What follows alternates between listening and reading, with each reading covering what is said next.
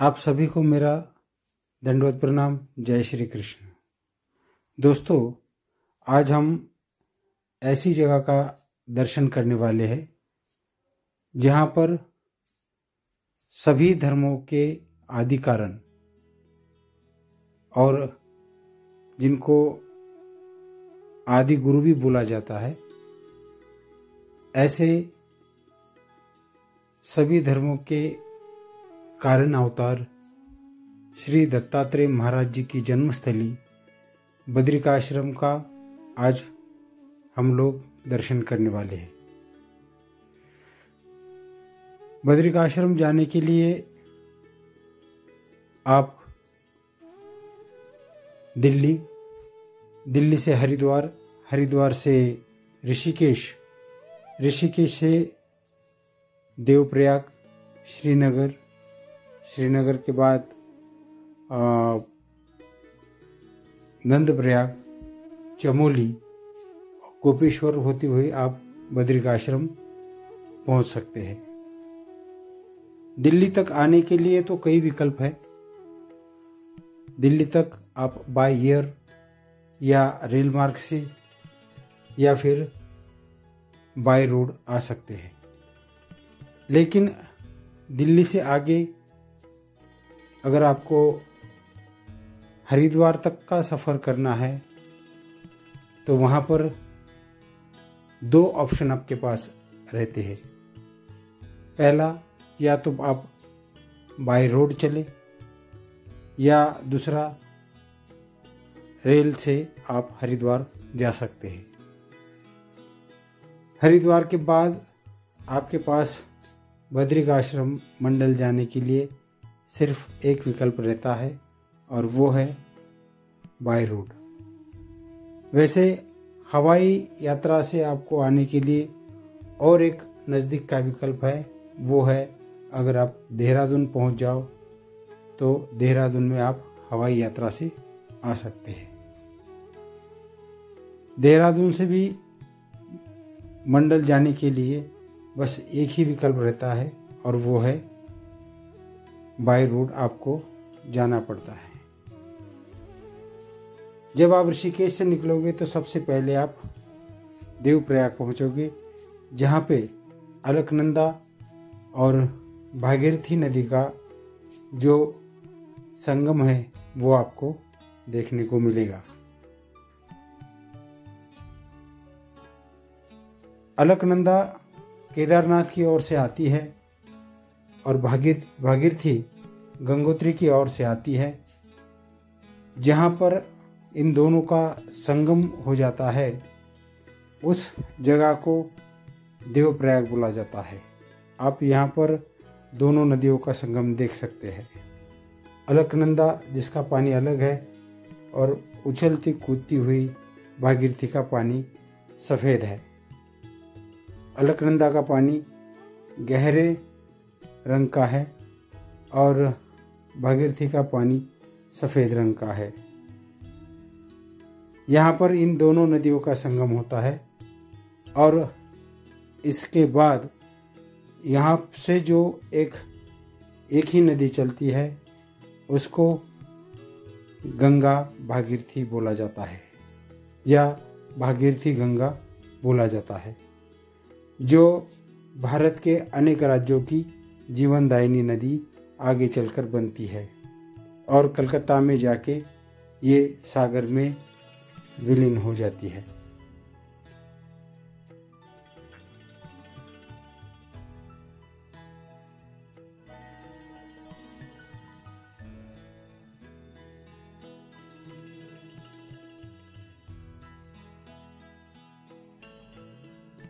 वैसे आप जब भी हिमालय में जाते हैं तो आपका आनंद एक रोमांच भरा आनंद होता है, जहाँ एक तरफ ऊंचे ऊंचे पहाड़ और दूसरी तरफ गहरी खाई देखकर आदमी का मन भयभीत हो जाता है।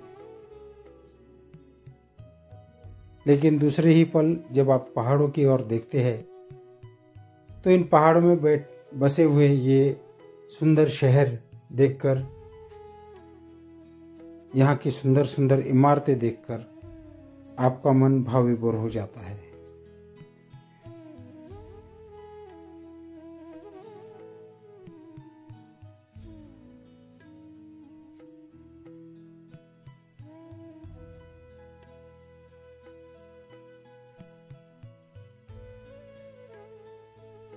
देवप्रयाग से हम जब भी आगे चलते हैं तो अलकनंदा के किनारे से लगकर हम सारा सफ़र करते हैं।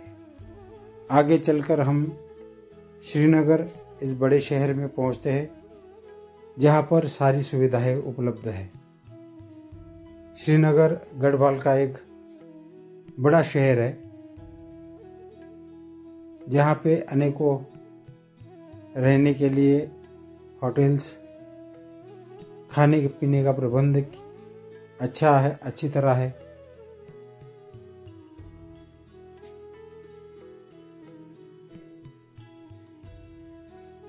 और यातायात की सुविधा भी यहाँ पर पहाड़ों के हिसाब से अच्छी बनी हुई है।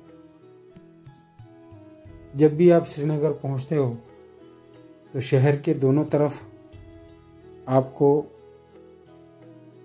कच्चे पक्के मकान देखने को मिलते हैं।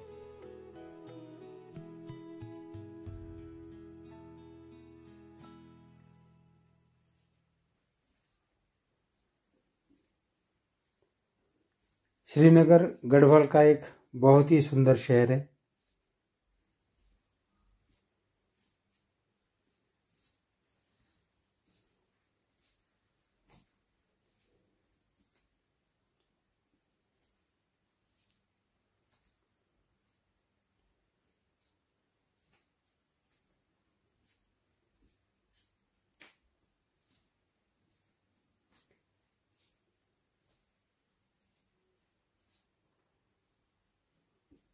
श्रीनगर को छोड़ के हम फिर आगे बढ़ जाते हैं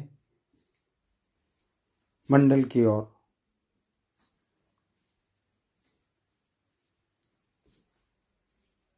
वैसे रास्ते में तो कई छोटे बड़े गांव लगते हैं, लेकिन सबका नाम लेना यहाँ पे मुमकिन नहीं है, क्योंकि इतने सारे गांव के नाम अगर लेने लगते हैं और इतने सारे गांवों को हम शूट करेंगे तो ये वीडियो बहुत लंबी बन जाएगी।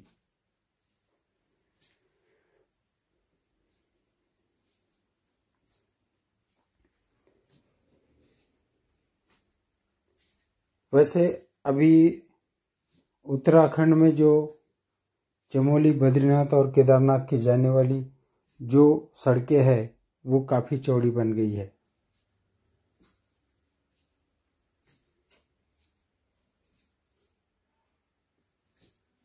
दो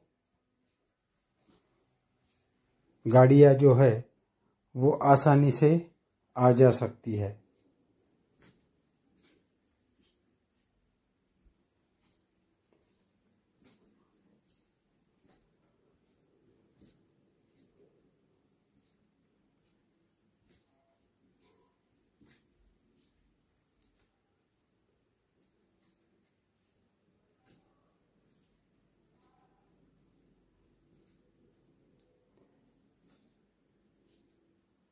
पहाड़ों के शहरों की अपनी एक अलग खूबसूरती होती है।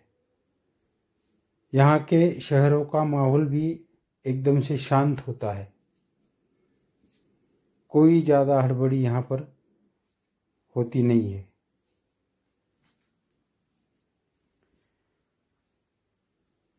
श्रीनगर से आगे हम रुद्रप्रयाग पहुँचते हैं।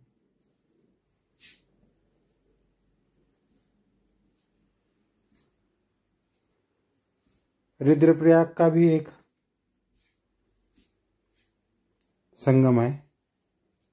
रुद्रप्रयाग में भी एक संगम होता है जो मंदाकिनी और अलकनंदा का संगम है।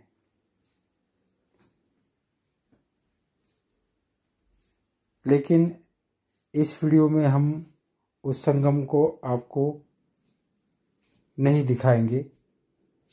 जो अगली वीडियो आएगी उसमें उस संगम को हम आपको दिखाएंगे।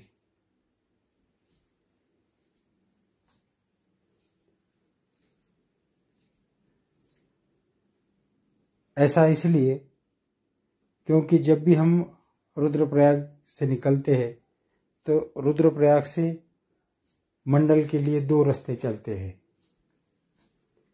एक रुद्रप्रयाग के बाहर जो बाईपास है वो बाईपास जो ऊखीमठ चोपता होके मंडल पहुंचता है, और दूसरा जो नंदप्रयाग चमोली होके गोपेश्वर और मंडल पहुंचता है। तो संगम जो है वो बाईपास पे है, इसलिए हम लोग इस बार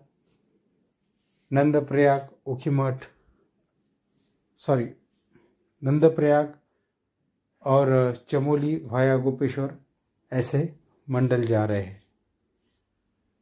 यहाँ पे रास्ते में ये शीतला माता का एक खूबसूरत मंदिर रुद्रप्रयाग के आगे बना हुआ है, जो पूरी तरह अलकनंदा नदी में बना हुआ है। इसका निर्माण बहुत भव्य किया गया है।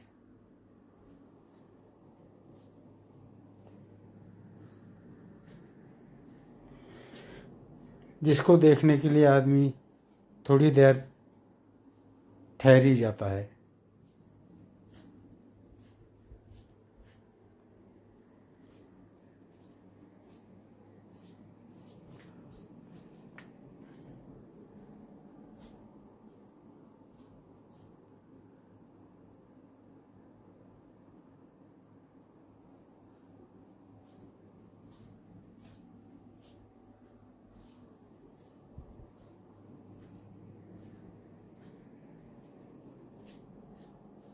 ऐसे सभी छोटे छोटे गांव इस रास्ते पर आते ही रहते हैं।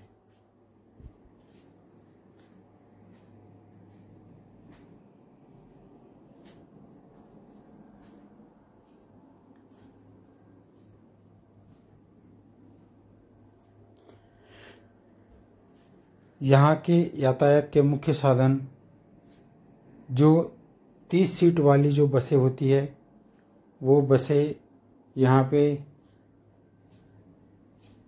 चलती है। दूसरा, आप छोटी छोटी गाड़ियाँ लेकर भी इस रास्ते पर सफ़र कर सकते हैं।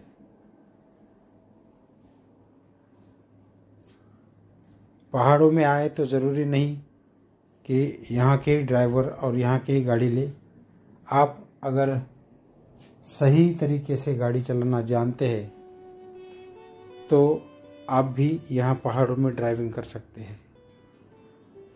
गोपेश्वर से मंडल पहुँचते हुए हम लोग चढ़ाई शुरू कर देते हैं अनुसुईया माता मंदिर और श्री दत्तात्रेय महाराज जी की जन्म स्थान की ओर। चढ़ाई काफ़ी स्टफ है, कठिन है।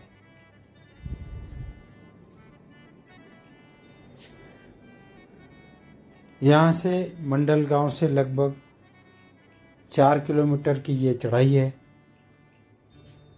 जहाँ से 1.5-2 किलोमीटर की चढ़ाई जो रोड से होती है, और उसके बाद 2.5 किलोमीटर की खड़ी चढ़ाई है, पहाड़ पे चढ़ना पड़ता है।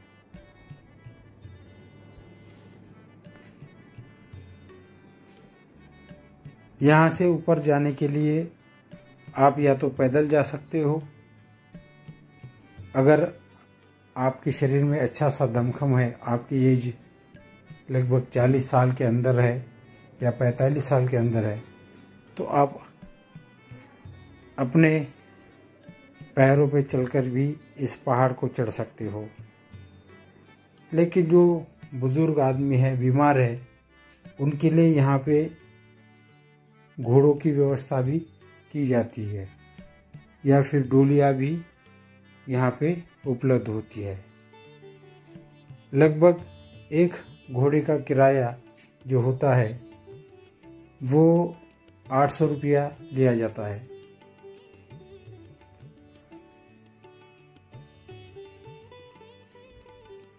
अगर आपके पास सामान ज़्यादा है तो आप 800 रुपये किराया देकर दूसरा घोड़ा भी ले सकते हैं।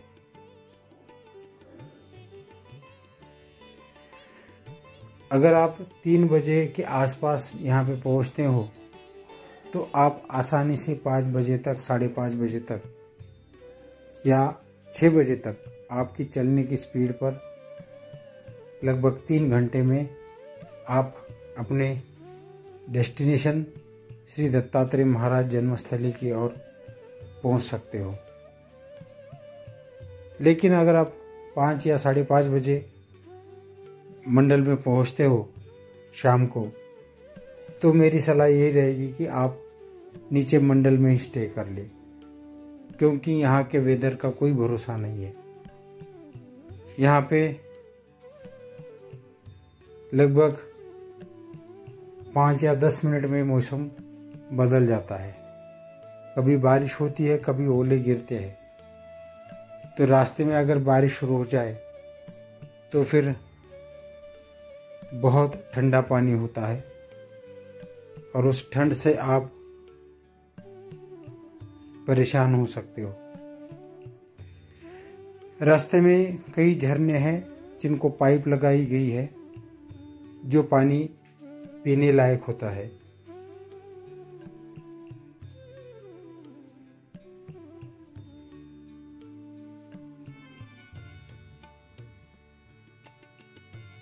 हिमालय की दोनों ओर जो नज़ारे हैं वो काफ़ी हरे भरे पेड़ पौधे, फूलों वाले पौधे, अनेक वनस्पतियों के पौधे आपको यहाँ पर देखने को मिल जाते हैं।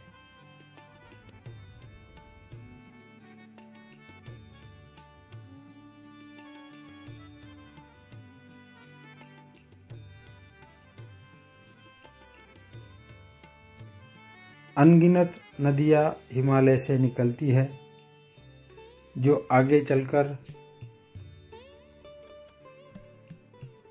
भारत के अनेक सखल भागों में एक जीवनदायिनी का काम करती है। खेतों की सिंचाई में या पीने के पानी के लिए इस पानी का उपयोग किया जाता है।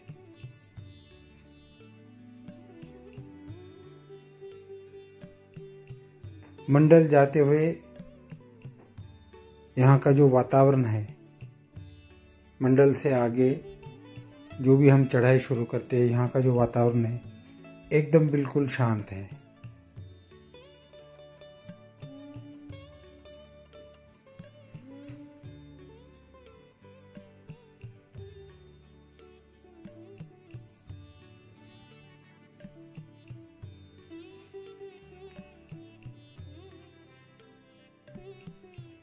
इस छोटी सी नदी पे एक जो लोहे का पुल बना हुआ है, उसे पार करते ही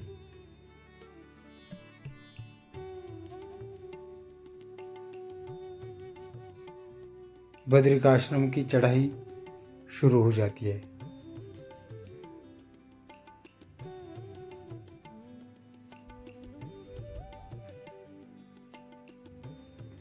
यहाँ से थोड़ी थोड़ी कठिन चढ़ाई शुरू हो जाती है।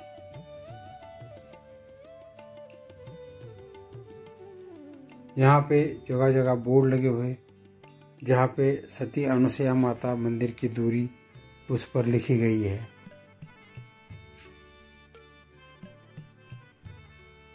यहाँ पर रास्ते में ब्राह्मी लिपि में एक शिलालेख है,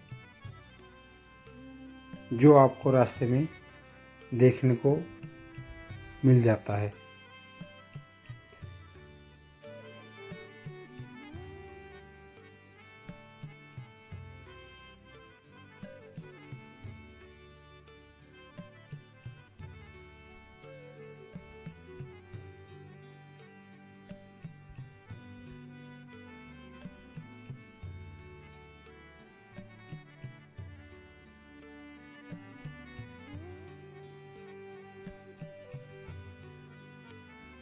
इतनी खड़ी चढ़ाई होने के बावजूद रास्ते के दोनों तरफ के जो नज़ारे हैं वो मन को प्रसन्न कर देते हैं और सारी थकान निकाल देते हैं।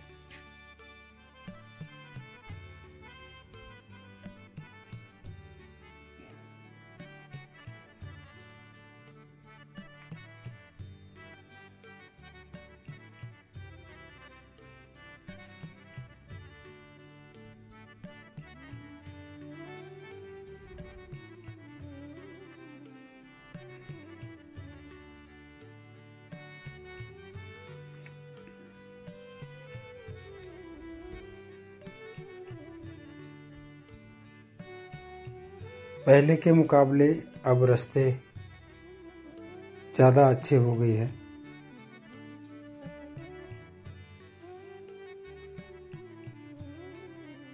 जगह जगह साइड में बैरिकेड लगे हुए हैं। खाई की तरफ से ये बैरिकेड का काम किया गया है।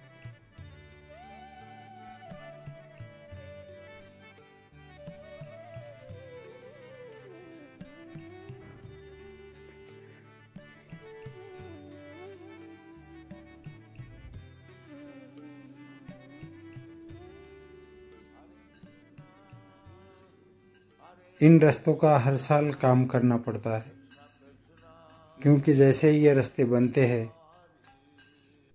किसी साल अगर ज़्यादा बारिश हो जाए तो फिर से इन रास्तों का मेंटेनेंस करना पड़ता है। और उत्तराखंड गवर्नमेंट ये सारी बातें करती है, सारे मेंटेनेंस करती है।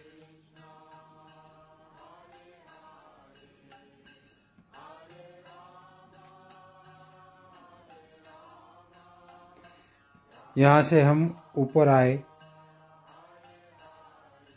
ऊपर आने के बाद आपको जो सीधा रास्ता दिखता है, उसके राइट साइड में अनुसुईया माता का मंदिर है। और अनुसुईया माता से थोड़े ही आगे दूर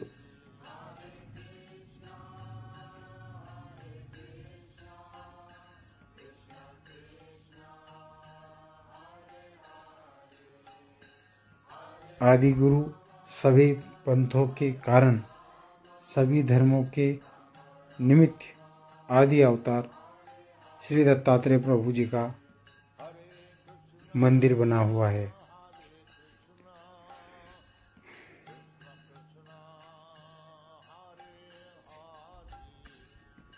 इस मंदिर का निर्माण औरंगाबाद आश्रम के संचालक कैवल्यवासी दिगंबर नागराज बाबा जी, इन्होंने इस मंदिर का निर्माण किया है।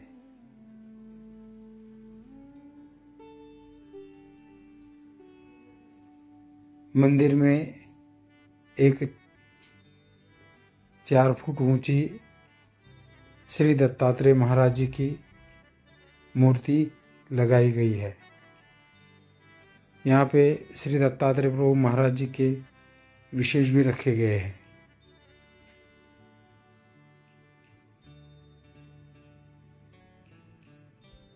जिसको यहाँ पे रोज स्नान, भोग और सभी प्रकार की सेवाएं यहाँ पे इस स्थान की जाती है।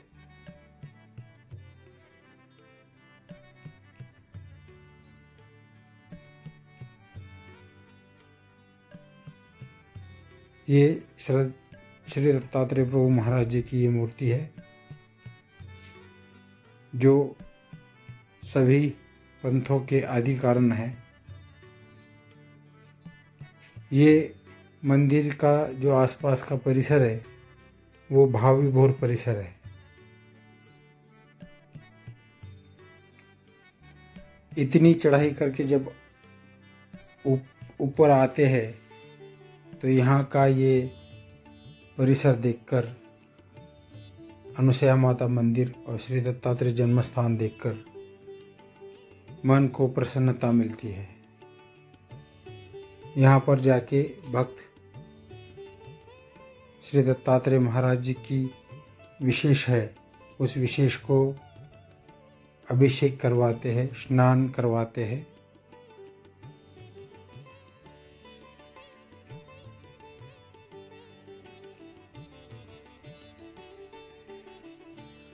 जहाँ पे अनेक भक्तों की मनोकामनाएं पूरी हो जाती है। पूरी श्रद्धा अंतःकरण से आप बद्रिक आश्रम अगर जाते हो और वहाँ जाके श्री दत्तात्रेय महाराज जी से अपने मन की बात कहते हो तो ऐसा कहा जाता है कि आपकी मनोकामना पूरी हो जाती है।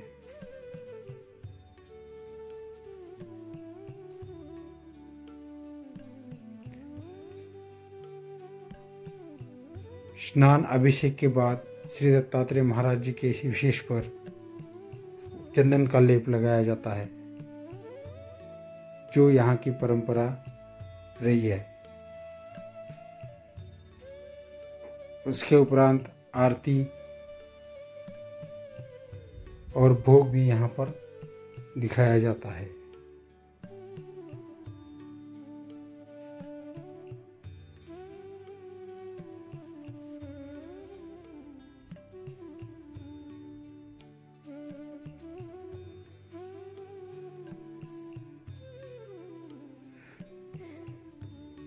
सभी भक्त यहाँ पे श्री दत्तात्रेय महाराज जी की आरती में तल्लीन हो जाते हैं।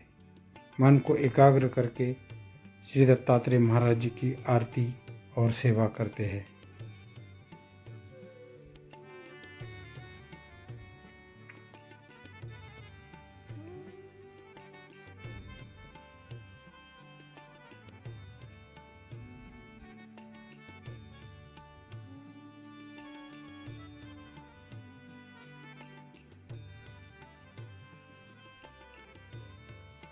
इस श्री दत्तात्रेय प्रभु जी के विशेष की स्थापना औरंगाबाद निवासी आदरणीय श्रद्धेय कैवल्यवासी गुरुवर्य आचार्य श्री दिगंबर नागराज बाबा जी ने यहाँ पर की है।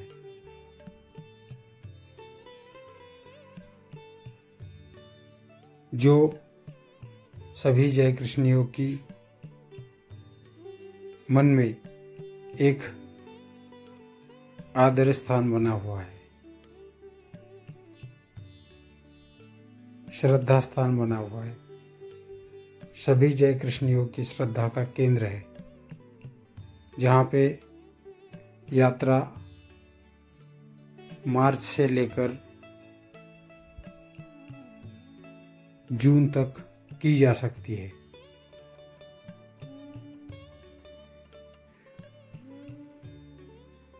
तो दोस्तों, आज हमने बद्रिक आश्रम का ये सफ़र यहीं पे रोक देते हैं। इसके आगे का सफ़र अगली वीडियो में हम आपको कराएंगे। और आप सबको ये वीडियो कैसा लगा इसके ऊपर कमेंट और विश्व शांति ज्ञान यज्ञ यूट्यूब चैनल को सब्सक्राइब करना और बेल आइकन दबाना ना भूलें और इस वीडियो को ज़रूर लाइक करें। धन्यवाद। जय श्री कृष्ण।